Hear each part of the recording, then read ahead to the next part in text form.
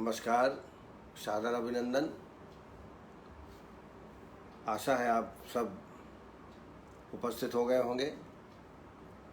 कल हम लोगों ने अपवाहुक और खल्ली रोग की चिकित्सा के बारे में जानकारी प्रस्तुत की थी। आज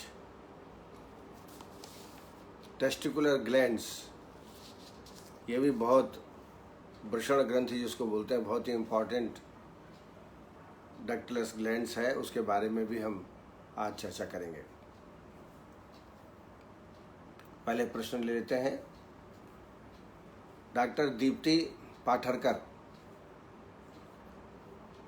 6 वर्ष का बच्चा है, CP with continuously smiling. CP means cerebral palsy. Cerebral palsy is a congenital disorder of movement, muscle tone or posture. It is due to abnormal development of the brain.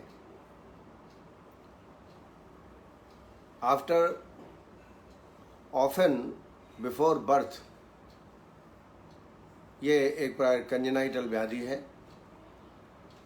Symptom के रूप में variation of muscle tone such as too stiff और too flappy,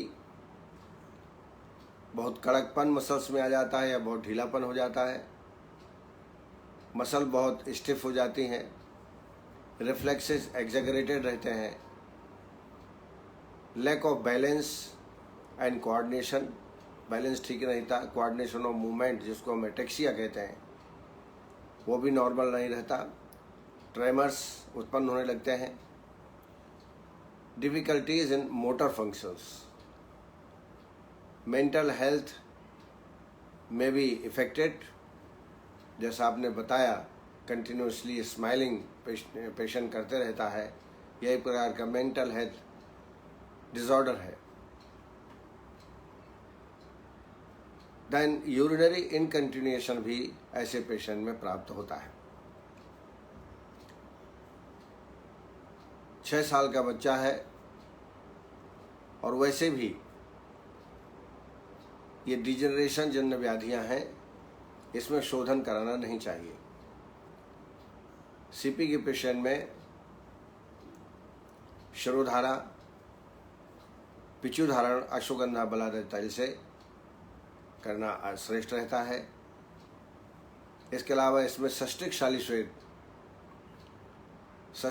श्वेत, अश्वगंधा, शतावरी या बलामूल, इनमें से 2 या 3 या 1 इनका काढ़ा बना लें। 200 ml 200 ml दूध मिला दें तो टोटल 400 ml हो जाएगा। 300 ml में साली चावल डाल करके करीब 50 से 75 ग्राम डाल के पका लें।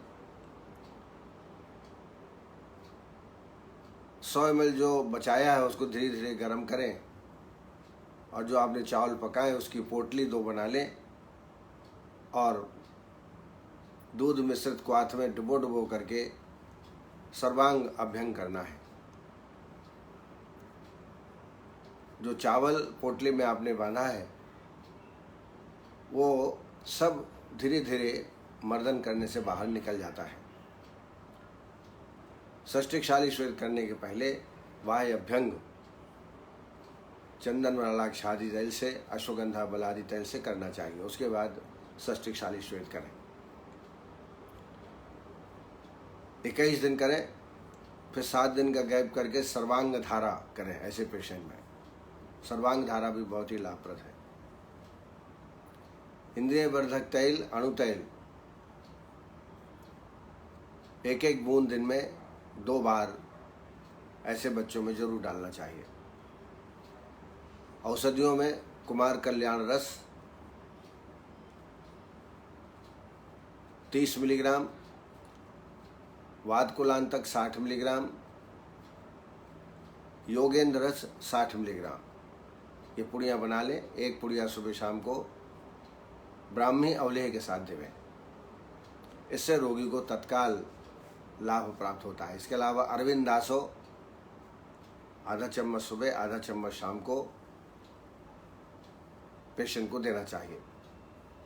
सिरप शंख पुष्पी 5 ml ट्वाइस और थ्राइस ए डे देना चाहिए। स्मृति सागर रस, एक और यूनिट को बताता हूँ। स्मृति सागर रस 125 मिलीग्राम, वातकुलांतक 60 मिलीग्राम, मुक्ता पुरवाल पंचामृत 60 मिलीग्राम। ये एक पुड़िया है, दिन में 2 बार शहद के साथ पेशेंट में सेवन कराएं। इसके अलावा मेध रसायन जैसे आमलक्यादि रसायन आधा चम्मच दिन में 2 बार पेशेंट को दें, तो निश्चित रूप से स्माइलिंग भी ठीक होगी और सीपी भी ठीक होगा। डॉक्टर निशा जोशी, उन्होंने क्लिनिकल पंचकर्म मेरी किताब मंगवाने की इच्छा प्रकट की है। मैं आपको टेलीफोन नंबर देता हूँ, आप नोट कर लीजिए। ये हमारे डॉक्टर विनोद बैरागी हैं जो कि उज्जैन में रहते हैं। उनका नंबर है 9425092284। फिर से रिपीट करता हूँ मैं, 9425092284। आप इस फ़ोन पर बात कर लें और वो आपको किताब भेज देंगे। डॉक्टर विनोद बैरागी नाम है उनका। डॉक्टर नीरज वर्मा, उनका एक पेशेंट है 43 इयर्स का, फीमेल है। हिस्ट्री ऑफ वेरिकोज वेन्स है, severe pain in calf muscles at night.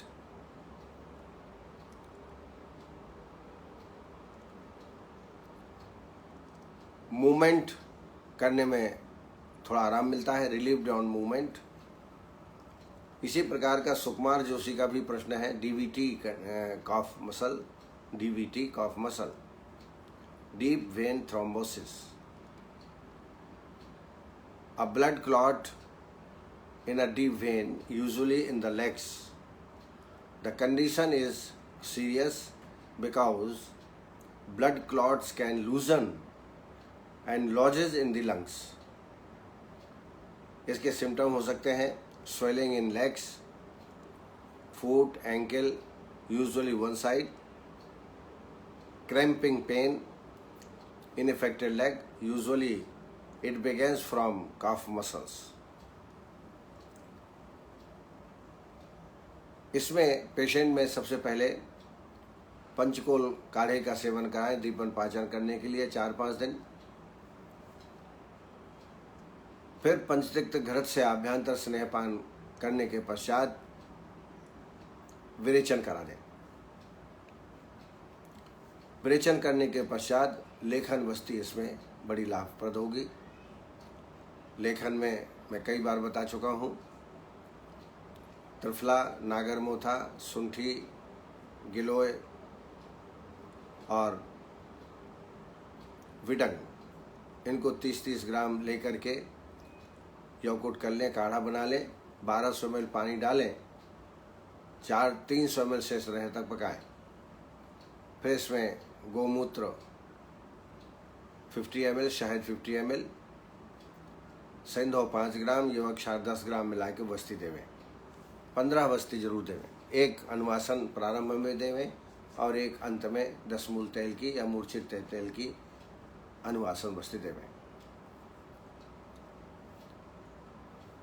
इसके बाद इसमें रक्त मोक्षण का बहुत ही श्रेष्ठ लाभ प्राप्त होता है। रक्त मोक्षण से आप शिराभेद कर सकते हैं, लेकिन मेरा अनुभव ऐसा है, अगर रक्त मोक्षण आप जलौका से कराते हैं तो वेरिकोज वेन्स में ज़्यादा लाभ प्राप्त होता है, क्योंकि कहीं ना कहीं क्लॉट बन जाता है। जैसा कि आप जानते हैं, जलौका में हिरुडिन नाम का तत्व रहता है जो ब्लड को क्लॉट होने से रोकता है। तो इसके दोहरे फायदे हैं, जो संचित ब्लड है वो बाहर निकल जाता है। साथ साथ में हिरोडिन जा करके जो क्लॉट ब्लड का हुआ है उसको भी वो पिघलाने का प्रयास करता है या आगे क्लॉट होने नहीं देता है। एक दिन छोड़ करके रक्त मोक्षण कराएं। एक बार में 2 या 3 जलों का आप लगा सकते हैं। 7 सिटिंग करने पर पेशेंट को अभूतपूर्व लाभ प्राप्त होता है। औषधियों में सूतशेखर रस 125 मिलीग्राम, शोथारी लौह 250 मिलीग्राम, प्रवाल पिष्टी 250 मिलीग्राम एक पुड़िया सुबह शाम को शहद के साथ सेवन कराएं। कैशोर गुग्गुलू 2 गोली दिन में 2 बार पानी के साथ रोगी को देना चाहिए। आश्वरिष्ट में पूर्णानवारिष्ट 2 चम्मच, कुमारी आसो 2 चम्मच और 4 चम्मच पानी भोजन के बाद पेशेंट में सेवन कराएं। आरोग्यवर्धनी भी इसमें लाभप्रद होती है। तो सम्मिलित ट्रीटमेंट पंचकर्म और संशमन का करेंगे तो निश्चित है डीवीटी में, वेरिकोज वेन्स में 100% लाभ प्राप्त होता है। ज़्यादातर जो मेदस्वी व्यक्ति हैं, अधिकतर स्त्रियां जो हमेशा खड़े होकर खाना बनाते हैं, खड़े होकर ज़्यादा काम करते हैं, उनको ये ज़्यादा होता है। और अगर मोटापा हो तो वेरिकोज वेन निश्चित रूप से उनको हो जाता है। यदि मोटापा है तो मेदोहर ट्रीटमेंट भी साथ साथ में रोगी में करना चाहिए। डॉक्टर रजनीश शर्मा माइग्रेन पर जानकारी जानना चाहा है। माइग्रेन जैसा मैं कई बार बता चुका हूँ, इसको हम अर्धावभेदक आयुर्वेद के अनुसार से कह सकते हैं और ये वात कफज व्याधि है। इसमें स्नेह पान का बहुत ही महत्व है। जितना पुराना घृत हो उसका यदि पान करें 10 ml भोजन के पहले दोनों टाइम तो बहुत ही लाभ प्राप्त करता है। इसके अलावा इसमें केसर सिद्ध दुग्ध, केसर 5 ग्राम ले लीजिए, 5 ग्राम घृत में इसको भूंज लीजिए। भूंजने के बाद 5 ग्राम शक्कर मिलाकर के बारीक पीस लीजिए और एक शीशी में भर के रख लीजिए। एक डोज है 2.5 ग्राम। 2.5 ग्राम निकाल करके 2-3 चम्मच दुग्ध में इसको घोल दीजिए। थोड़ा सुकोष्ण करिए और 6-6 बूंद की मात्रा नासा में प्रक्षेपित करिए। ये लगातार 21 दिन नस्य देने से माइग्रेन 100% ठीक होता है। इसके अलावा बहुत ज़्यादा वेदना हो तो सूतशेखर या सिराशूल बजड़ी रस इनका बारीक चूर्ण करके धमा पर नस्य दीजिए। 3 मिचटी दोनों नासा में, 3 मिचटी दक्षिण में, 3 मिचटी वाम नासा में धमा पर नस्य करें। इससे भी तत्काल शराशूल में आराम प्राप्त होता है। बाकी आप ट्रीटमेंट देते ही होंगे, जैसे कि वात कुलांतक 60 मिलीग्राम, शराशूल बजड़ी रस 125 मिलीग्राम, श्रृंग भस्म 250 मिलीग्राम दिन में 2 बार कलाकंद के साथ दें तो ज़्यादा लाभ प्राप्त होता है। पथ्यारिक्वाथ 20 ml पानी भोजन के बाद। टैबलेट सिफेग्रेन चरक की है, 2 गोली सुबह 2 गोली शाम को जरूर देवें।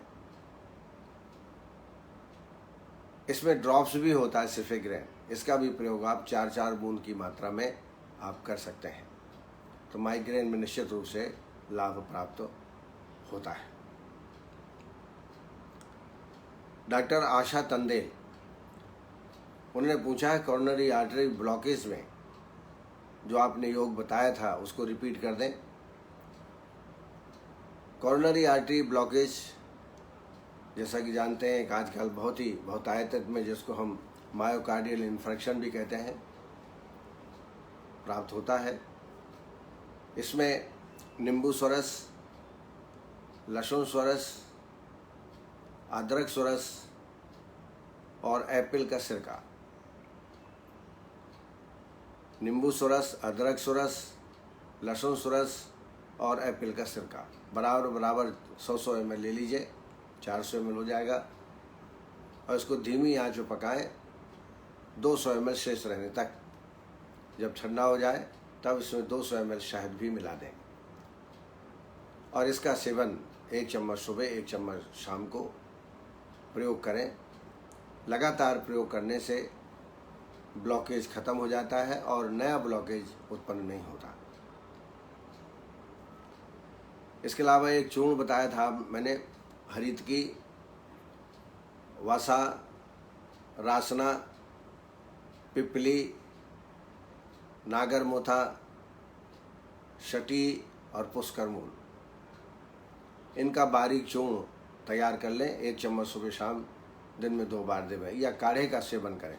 4 चम्मच दवाई, 4 कप पानी, 1 कप बचे तब तक पकाएं। ऐसा 1 कप सुबह शाम को खाली पेट देवें। हरितकी, वसा, रासना, पिपली, नागरोध्वम, सटी, पुष्कर मूलोथम, चूर्णम, हृदय रोग नाशनम, ये बहुत ही उपयोगी है। अगर ये सब न मिले तो पुष्कर मूल और अर्जुन छाल, इनका यौकुट कर लें और ये 4 चम्मच दवाइयाँ, 4 कप पानी, 1 कप बचे तब तक पकाए। ऐसा 1 कप सुबह शाम को खाली पेट में सेवन कराएं। डॉक्टर मोनिका शैलेश स्वामी, पोस्ट कोविड नी ज्वाइंट में पेन होने लगता है, उसका क्या ट्रीटमेंट है? निश्चित है धातु क्षय से वात वृद्धि होती है, वात के कारण नी ज्वाइंट में तकलीफ हो सकती है। या एज ज़्यादा हो, 50-55 के ऊपर हो तो ऑस्टियोआर्थराइटिस भी हो सकता है। तो जो सामान्य चिकित्सा ऑस्टियोआर्थराइटिस की करते हैं वो इसमें करना चाहिए, जैसे जानुबस्ती, जानुधारा, पत्रपिंड श्वेत, ये अवश्य करें। पत्रपिंड श्वेत करने से, जानुबस्ती करने से बहुत ही लाभ प्राप्त होता है। और एक योग मैं हमेशा बताता हूँ, खास तौर से कोविड के लिए, अश्वगंधा 100 ग्राम, 50 ग्राम शुंठी और 25 ग्राम पिपली, ये बारीक चूर्ण तैयार कर लें और 1-1 चम्मच दिन में 2 बार पेशेंट को सेवन कराएं। इससे भी बहुत ही लाभ प्राप्त होता है। इसके अलावा प्रोआल पंचामृत 125 मिलीग्राम, गिलोय सत्व 250 मिलीग्राम और योगेंद्र रस 60 मिलीग्राम, 1 पुड़िया सुबह 1 पुड़िया शाम को शहद के साथ देना चाहिए। अश्वगंधारिष्ट 10 मूलारिष्ट, 2 चम्मच अश्वगंधारिष्ट, 2 चम्मच 10 मूलारिष्ट, 4 चम्मच पानी भोजन के बाद दोनों टाइम पेशेंट को देवें। इसके अलावा लाक्षादि गुगुलू और योगराज गुगुलू 2-2 गोली दिन में 2 बार। और निरंतर अभ्यंग जानु प्रदेश में कम से कम 15 मिनट सुबह 15 मिनट शाम को अपने हाथ से ही राउंड गोलाकार में अभ्यंग करें, क्योंकि वहाँ साइनल फ्लूइड की कमी हो जाती है, रुक्षता बढ़ जाती है और इसलिए आकुंचन प्रसारण में वेदना होती है। वातपूर्ण धृति स्पर्शः सोतः संधिगते अनले प्रसारण आकुंचनयोः प्रवृत्तिश्च वेदना, ये लक्षण ऑस्टियोआर्थराइटिस के या संधिवात के होते हैं, ये उत्पन्न होने लगते हैं। तो मुख्य काम स्नेहांश की वृद्धि करना है। सर्वदा सर्वभावानां सामान्यम वृद्धि कारणम ह्रास हेतु विशेषस्य प्रवृत्ति उभयस्तु। तो जितना अभ्यंग करेंगे, लेकिन ये अभ्यंग हल्के हाथ से करना है, बहुत दबा दे के अभ्यंग नहीं करना है। शुभम एस पवार, उन्होंने पूछा है मल बंधा हुआ आए, इसके लिए क्या करना चाहिए? इसके लिए मेरा अनुभव है, इसमें बिल्व चूर्ण 100 ग्राम, 50 ग्राम इसबगोल और 50 ग्राम बड़ी सौंफ, 100 ग्राम बिल्व चूर्ण, 50 ग्राम इसबगोल और 50 ग्राम बड़ी सौंफ का चूर्ण, बारीक चूर्ण तैयार कर लें और 1 चम्मच सुबह शाम को दोनों टाइम देवें।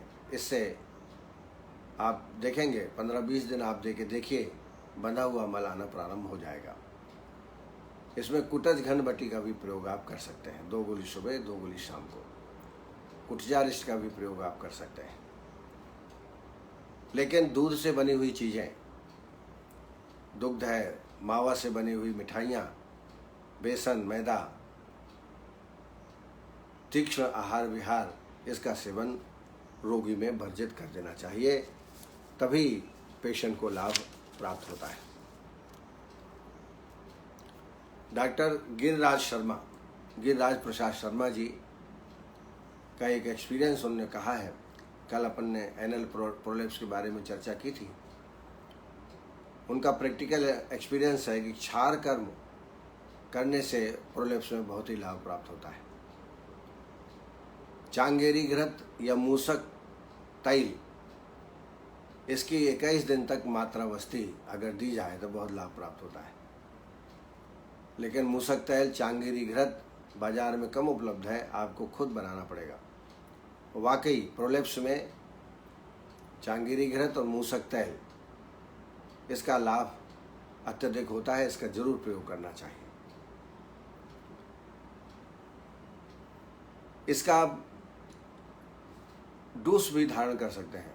कॉटन में डुबो करके गुदा में हल्का से आप प्रविष्ट करा लें तो रोगी को लाभ प्राप्त होगा। ये उनका एक्सपीरियंस है। मैंने कहा सबको शेयर कर दूं ताकि सब इसका प्रयोग कर सकें। लेकिन क्षार कर्म जब तक प्रत्यक्षतः किसी अच्छे विशेषज्ञ के सामने नहीं प्रयोग करते हैं तब तक आपको नहीं करना चाहिए। डॉक्टर निर्मला स्वाल जो कि नेपाल की हैं, उन्हें बड़ा क्लासिकल प्रश्न पूछा है। अनुवासन वस्ती पेशेंट में देते हैं लेकिन वो धारण नहीं कर पाता है और बहुत जल्दी तैल वापस आ जाता है। बिल्कुल बात सही है आपकी। इसके लिए क्या क्या करना चाहिए, क्या विधि अपनाना चाहिए, मैं थोड़ा से आपको बताना चाहूँगा। अनुवासन का मतलब है अनुवसन्नपन दीते अनुवासनम। जो आसन बना करके 6 घंटा, 12 घंटा, 24 घंटा तक रुके, अनुवसन्नपन दूष्यते अनुदिवसम वा दीयते इति अनुवासनम, तभी अनुवासन का लाभ प्राप्त होता है। आपने ठीक कहा कि अनुवासन हमने दी, मात्रा वस्ती दी और आधा घंटा या तुरंत वापस आ जाती है, तो निश्चित रूप से इसका कोई लाभ नहीं है। शास्त्र स्पष्ट कहता है कि 6 घंटा, 12 घंटा, 24 घंटा तक रुकना ही चाहिए। और यदि वस्ती वापस ना आए तो भी चिंता नहीं करना चाहिए। अगर वस्ती रुक जाए तो भी चिंता नहीं करना चाहिए। निरूह वस्ती यदि रुक जाती है तो कष्ट दे सकती है, लेकिन अनुवासन वस्ती, मात्रा वस्ती कष्ट नहीं दे सकती है। जैसा कि आप जानते हैं 3 प्रकार की वस्तियाँ स्नेह वस्ती होती है। पहला स्नेह वस्ती जो 24 तोले की है, अनुवासन वस्ती 12 तोले की और मात्रा वस्ती 6 तोले की। सामान्यतः हम 6 तोले की मात्रा देते हैं, लगभग 60 ml। लेकिन मेरा भी एक्सपीरियंस है कि 60 ml देने के बाद भी यह तेल जल्दी ही वापस आ जाता है, धारण नहीं हो पाता है। इसलिए इसका मात्रा कम कर दें। मैं हमेशा, आपने देखा होगा, मैं अपने व्याख्यान में 30 ml हमेशा मात्रा वस्ती के लिए बोलता हूँ। वस्ती ज़्यादा देर तक रुके, इसलिए क्या उपाय करना चाहिए? तो एक तो जब भी आपको अनुवासन वस्ती देना हो तो रात्रि में त्रिफला चूर्ण या छोटी हरड़ चूर्ण 5 ग्राम की मात्रा में दे दें सोते टाइम। इससे प्रातःकाल अच्छा मल प्रवृत्ति हो जाएगा। क्योंकि अगर रोगी में कॉन्स्टिपेशन रहा, प्रातःकाल मल प्रवृत्ति नहीं हुई या कम हुई है, तब हम जैसे ही अनुवासन वस्ती देते हैं या मात्रा वस्ती देते हैं 60 ml की या 30 ml की, तो तुरंत वापस आ जाती है, क्योंकि ऊपर से मल का प्रेशर पड़ता है और इसकी वजह से वस्ती जल्दी वापस आ जाती है। तो यदि रात्रि में आप 1 चम्मच त्रिफला चूर्ण या एरंड भ्रष्ट हरित की दे देंगे तो वस्ती का धारण काल बढ़ जाएगा। एक तो ये ध्यान रखना चाहिए। दूसरा, जब वस्ती अनुवासन देते हैं या मात्रा वस्ती देते हैं तो उसमें शतपुष्पा चूर्ण बारीक चूर्ण करके 2.5 ग्राम की मात्रा में उसमें मिला दें और सेंधा नमक करीब 2 ग्राम मिला करके और अच्छी तरह हिला लें। इस प्रकार से संयोग करने पर जब वस्ती दी जाती है तो धारण काल की जो समय है वो बढ़ जाता है। दूसरा, जब हम वस्ती देते हैं मात्रा वस्ती या अनुवासन वस्ती तो बहुत फोर्स से वस्ती नहीं देना चाहिए। एकदम हल्के धीरे धीरे, यदि आप सिरिंज के माध्यम से दे रहे हैं तो बहुत धीरे धीरे ही प्रवेश करना चाहिए। अगर आपने ज़्यादा प्रेशर कर दी तो रिफ्लेक्स एक्शन होता है और वस्ती वापस आ जाती है। स्वात अति द्रुत उक्षिप्त तिर्यग उल्लिप्त कंबिताः अतिवैहक मंदाति वेग दोषाः प्रणेतताः। ये जो वस्ती देता है उसके दोष हैं, इनका भी हमको ध्यान में रखना चाहिए। दूसरी बात, जब आप अनुवासन या मात्रा वस्ती देते हैं उसके पश्चात रोगी में मध्यांगुली खींचना चाहिए, पैरों में थोड़ा मालिश करना चाहिए और वाम करवट लगा करके ही वस्ती देवें। वाम करवट में वस्ती देना योग्य है क्योंकि ऐसी अवस्था में एनस और रेक्टम एक सीधे में आ जाता है, तो वाम पार्श्व में ही वस्ती देवें। दूसरा, पैरों की ओर जब वस्ती दे देते हैं, पैरों की तरफ ईंटा वगैरह रख करके चारपाई को या जो आपके पलंग है उसको थोड़ा ऊपर कर दें, तो थोड़ा सर नीचे रहेगा और पैर ऊपर की ओर रहेंगे, तो ग्रेविटेशन फोर्स की वजह से भी वस्ती रुक जाती है। दूसरी बात, वस्ती बहुत गर्म नहीं होना चाहिए, तैल जो है बहुत गर्म ना हो, बिल्कुल सुखोष्ण गर्म होना चाहिए। इतनी बातों का यदि आप ध्यान में रखते हो तो अनुवासन वस्ती या मात्रा वस्ती पेशेंट में अधिक देर तक रुकेगी। इस पर भी यदि नहीं होता है तो मात्रा और कम कर दीजिए। 30 ml मैंने बताया, आप 20 ml दीजिए और जब धारण काल बढ़ जाए तो धीरे धीरे बढ़ा सकते हैं। तो इतना ध्यान रखेंगे तो अनुवासन वस्ती का जो कार्य है वो बरोबर होगा। अनुवसन्नपने दूष्यते अनुदिवसं वा दीयते इति अनुवासनम। हमारे साथ हमारे प्रिय चिकित्सक जुड़े हुए हैं, डॉक्टर अश्विनी कुमार साहू जी, डॉक्टर सुकुमार जोशी, डॉक्टर रचना जायसवाल, डॉक्टर मनोरंजन साहू, डॉक्टर निशा साहू, डॉक्टर निशा जोशी,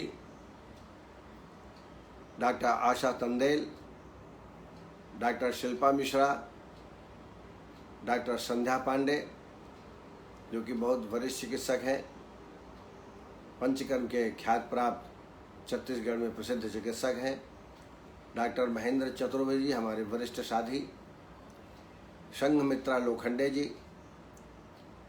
डॉक्टर शीतल गुंजनवार वरिष्ठ चिकित्सक अनुभवी चिकित्सक, doctor Vandana Pathak ji, Madhav Mishra ji, doctor Aditi Tripathi, doctor Vikesh Mahajan, doctor Shilpa Palaskar, doctor Neelam Shukla, doctor Jagpal Singh, doctor R B. Prajapati ji प्रसिद्ध पंचकर्म वैद्य Bareilly, doctor Balvinder Singh Malik, doctor Anil Pandey ji, doctor Harishchandra ji, doctor Sunil Ratauri बड़े अनुभवी चिकित्सक हैं पंचकर्म के, तृप्ति सिंघल जी, डॉक्टर मनीष खरे, डॉक्टर अमित सिंह, डॉक्टर सलोनी गुप्ता, वो पहले प्रैक्टिस नहीं करती थी, अब प्रैक्टिस प्रारंभ कर दी है और इन व्याख्यानों से उनको बड़ा लाभ प्राप्त होता है। विनय मित्तल जी, डॉक्टर संजय जी, डॉक्टर कृष्णा सागर और डॉक्टर सोनल पटेल, ये सब हमारे साथ इस व्याख्यान माला में जुड़े हुए हैं। अब आइए टेस्टिकुलर ग्लैंड्स, वृषण ग्रंथियां, इनके बारे में थोड़ा जानकारी प्राप्त कर लेते हैं। इसमें कौन कौन से हार्मोन्स उत्पन्न होते हैं, पहले उसकी जानकारी ले लें। तो मैं आपको बता दूं कि जो टेस्टिस है वो पैंक्रियाज की ही तरह उभयस्रावी ग्रंथि हैं। उभयस्रावी का मतलब एक्सोक्राइन और एंडोक्राइन। एंडोक्राइन जो के माध्यम से जो निकलते हैं उनको हार्मोन बोलते हैं और ये सीधा रक्त में मिलते हैं। और एक्सोक्राइन जिसमें कुछ मीडिएटर होता है ट्रांसफ़र करने के लिए, वो एक्सोक्राइन के नाम जैसे मैंने पैंक्रियाज में बताया था, जो पैंक्रियाटिक जूस है वो एक्सोक्राइन है। और इंसुलिन जो हार्मोन पैदा होता है वो एंडोक्राइन है। तो इसी तरह से वृषण भी पैंक्रियाज की तरह उभयस्रावी ग्रंथि है, अर्थात एंडोक्राइन और एक्सोक्राइन। संख्या में 2 होती हैं। प्रत्येक टेस्टिस का भार, उसका जो वेट है वो लगभग 25 ग्राम होता है। टेस्टिस ग्लैंड्स के प्रमुखतः 2 कार्य होते हैं। पहला होता है शुक्राणु का निर्माण, जो कि बहुत महत्वपूर्ण प्रक्रिया है। शुक्राणु का निर्माण जिसको हम स्पर्मेटोजेनेसिस कह सकते हैं, स्पर्मेटोजेनेसिस। और दूसरा प्रमुख कार्य होता है पुरुष अंतःस्राव का उत्पादन, प्रोडक्शन ऑफ मेल हार्मोन्स। तो कितना इम्पॉर्टेंट है टेस्टिकुलर, इससे आप समझ सकते हैं कि शुक्राणु स्पर्म का निर्माण होता है वहाँ पर, और जितने मेल हार्मोन्स हैं उनका उत्पादन भी इस ग्रंथि से होता है। अब कौन कौन से हार्मोन्स निकलते हैं टेस्टिस से वो जान लेते हैं। टेस्टिस से मुख्यतः 2 प्रकार के हार्मोन का निर्माण और स्राव होता है, प्रमुख 2 प्रकार के। उसमें पहला है टेस्टोस्टेरोन और दूसरा है एंड्रोस्टेडियोन।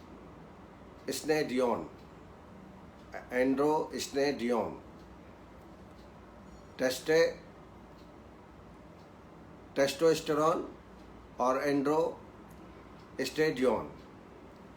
इनमें टेस्टोस्टेरोन ही प्रमुख हार्मोन है। एंड्रोस्टेनोडियन की मात्रा बहुत कम होती है। और एक बात और, वृषण से एस्ट्रोजन नामक हार्मोन भी अल्प मात्रा में स्रावित होता है। टेस्टोस्टेरोन हार्मोन का स्राव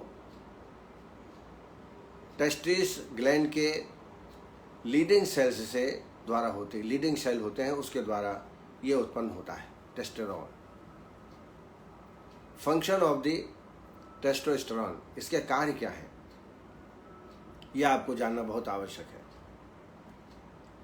इस हार्मोन का स्राव गर्भावस्था में, फियोटस जब 7 सप्ताह का होता है तभी से प्रारंभ हो जाता है। आप देख लीजिए कि फियोटस जब 7 सप्ताह का होता है तभी से इसका कार्य प्रारंभ हो जाता है। यह हार्मोन गर्भावस्था में पुरुष जननांगों को विकास को प्रेरित करता है, यानी जननांग जो होते हैं पुरुष के वो विकसित होते हैं टेस्टोस्टेरोन के कारण। दूसरा इसका प्रमुख कार्य है गर्भावस्था में ही टेस्टोस्टेरोन हार्मोन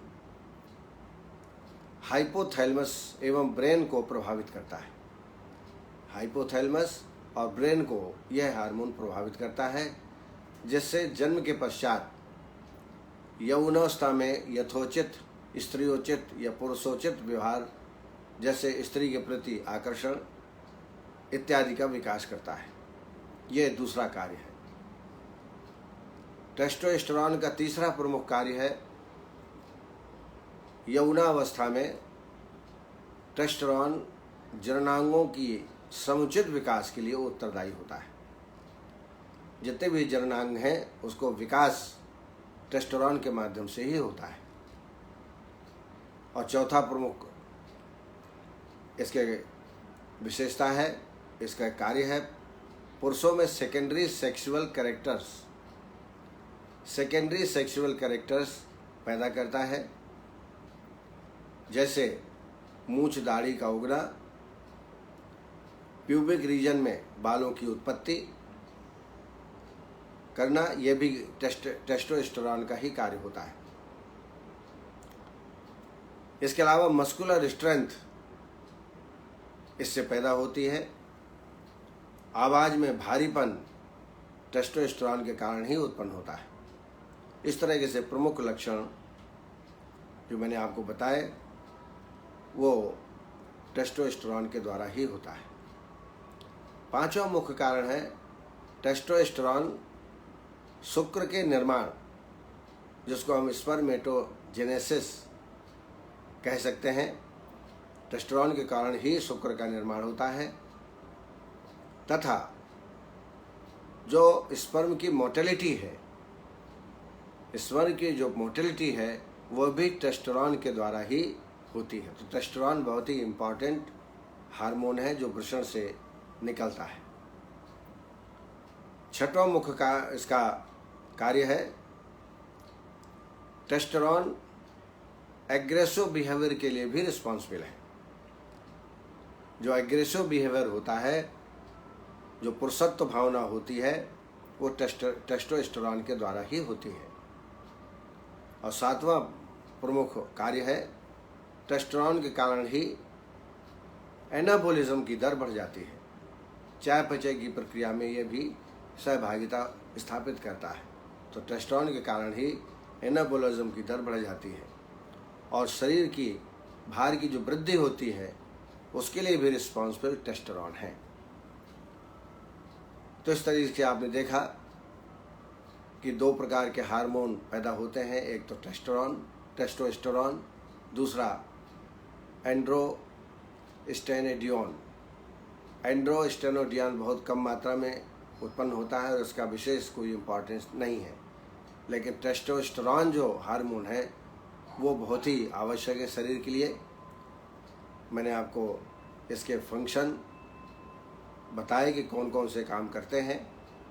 ये गर्भावस्था में फ्यूटस जब 7 सप्ताह का हो जाता है तभी से इसके कार्य प्रारंभ हो जाते हैं और गर्भावस्था में पुरुष जननांगों के विकास के लिए भी ये प्रेरित करता है।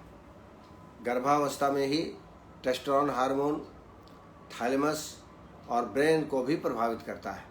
जन्म के पश्चात यौनावस्था में पुरुषोचित व्यवहार जैसे स्त्री के प्रति आकर्षण इत्यादि का विकास होना, यह भी टेस्टोस्टेरोन के द्वारा होता है। यौनावस्था में टेस्टोस्टेरोन जननांगों को समुचित विकास के लिए उत्तरदायी होता है। इसके अलावा पुरुषों में सेकेंडरी सेक्सुअल कैरेक्टर्स जैसे दाढ़ी मूंछ का आना, प्यूबिक रीजन में बालों की उत्पत्ति, मस्कुलर स्ट्रेंथ, आवाज़ में भारीपन आदि के लक्षण भी टेस्टोस्टेरोन के द्वारा ही होते हैं। टेस्टोस्टेरोन के द्वारा शुक्र का निर्माण एवं मोटिलिटी ऑफ द स्पर्म इसके लिए भी उत्तरदायी होता है। टेस्टोस्टेरोन से एग्रेसिव बिहेवियर, टेस्टोस्टेरोन के कारण ही एनाबॉलिज्म की प्रक्रिया दर बढ़ जाती है और शरीर के भार में वृद्धि होती है। तो इस तरीके से टेस्टुलर ग्लैंड, वृषण ग्लैंड बहुत ही इम्पॉर्टेंट है। आगे के लेक्चर में टेस्टोस्टेरोन के कमी के कारण क्या लक्षण उत्पन्न होते हैं और क्या चिकित्सा देंगे, इसके बारे में हम लोग चर्चा करेंगे। अब मैं यहीं अपनी वाणी को विराम देता हूँ। आशा है आपको ये व्याख्यान पसंद आया होगा। आप सबको हार्दिक अभिनंदन, धन्यवाद। जय आयुर्वेद।